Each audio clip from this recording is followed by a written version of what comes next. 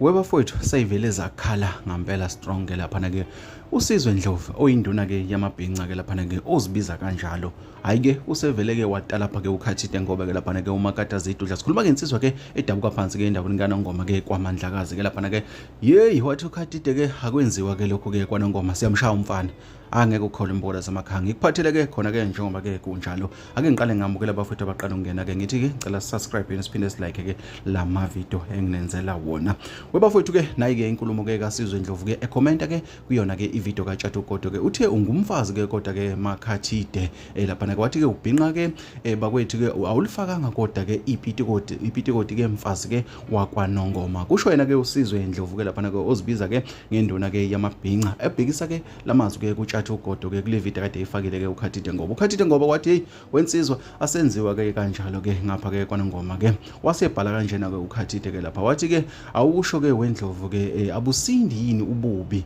engabe ke ulala kanjani ke ukukhathala Nkosi yami ke